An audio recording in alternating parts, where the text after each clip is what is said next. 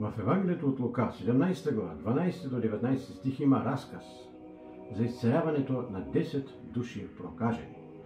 Първите два стиха на този разказ съдържат поне 8 неща, които можем да научим и които са много полезни за живота. Тези два стиха казват тъй: и когато Исус влизаше в едно село, срещнаха го 10 души прокажени, които стояха отдалеч и викаха с висок глас: Исусе, наставниче, помилуй ни. Първото нещо, което виждаме тук е, че чрез едно нещо, което е вършил, винаги когато е било необходимо, Господ е отправил мощно послание към обществото. За какво обаче точно става дума? Господ е очиствал от проказа всички прокажени, които са се оказвали на неговия път. И тук имаме случай на изцеление на едро, тъй да се каже, 10 души наведнъж. Древните евреи са мислили, че прокажените са наказани от Бога за някакъв особен грях. Които са имали нещастието да се разболеят от тази болест, са страдали не само от болестта. Те са страдали и от отлъчване от обществото. Склонността на човешката природа към грях е като проказата. Тя носи не само лични страдания на човека, но и отлъчване от Бога. Словото Божие стана плът и живя между нас, за да вземе върху си греха на света и да понесе нашите немощи. Затова Господ Исус Христос е имал специална грижа да очиства всички прокажени, които са се оказвали на пътя му. Очистването на прокажените от болестта е било послание към обществото за основната мисия на въплатеното Слово Божие. Второто нещо, което забелязваме тук е: на кого се открива Бог? Срещата на прокажените с Христа е станала в едно село.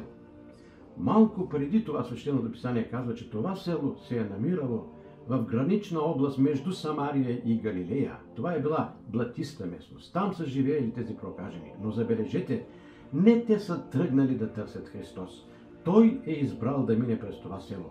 И имаме основание да мислим, че Той е решил да мине през това село, за да срещне точно тези 10 прокажени и да ги изцели. Бог е свободен да се открие на когото Той пожелае и там, където Той пожелае.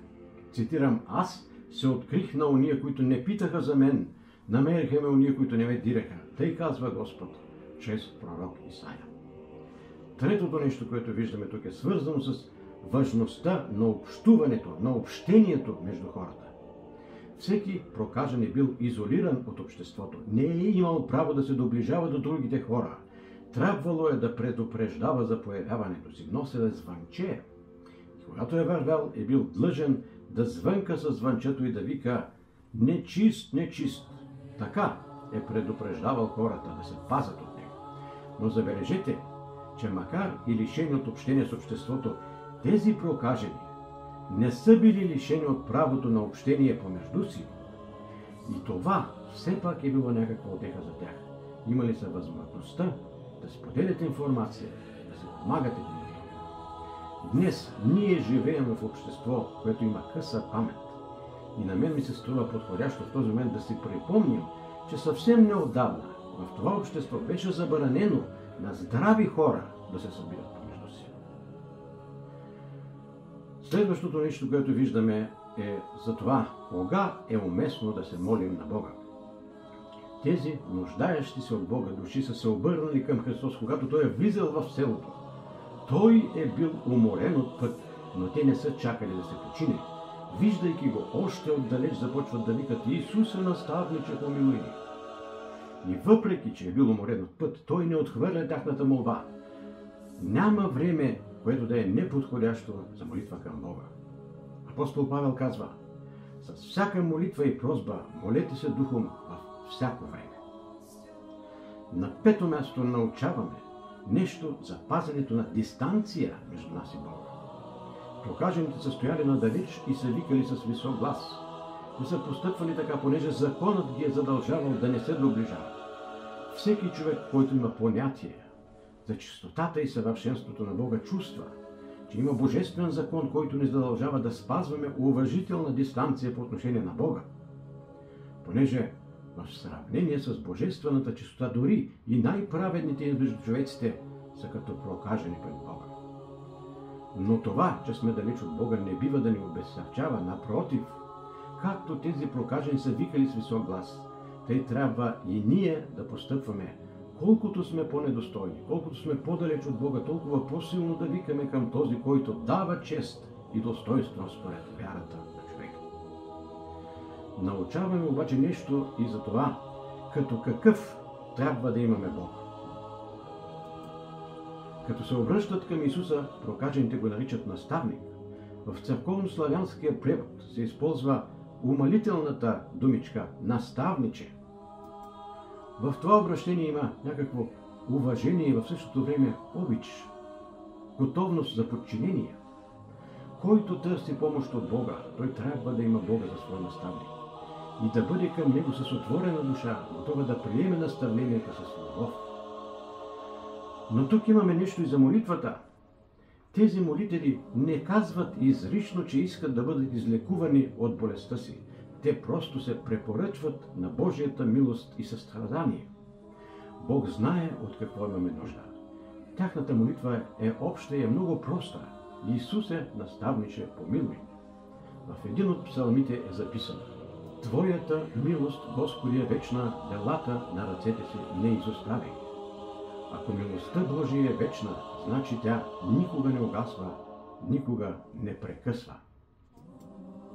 Затова, винаги, когато се обръщаме към Бога, трябва да знаем, че у Него винаги има благодат, милост и промисъл за избраниците Му.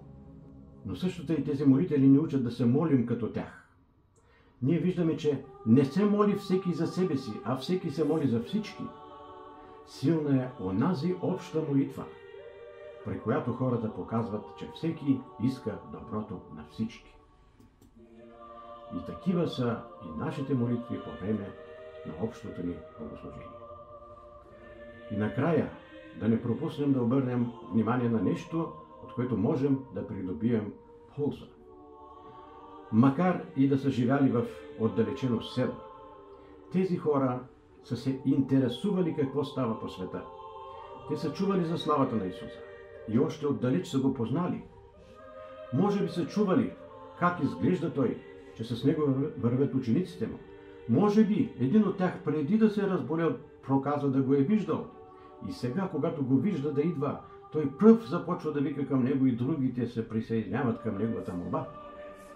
Може би са разбрали от други хора от съседните села, че Исус отива към Иерусалим и че пътят Му минава през тяхното село.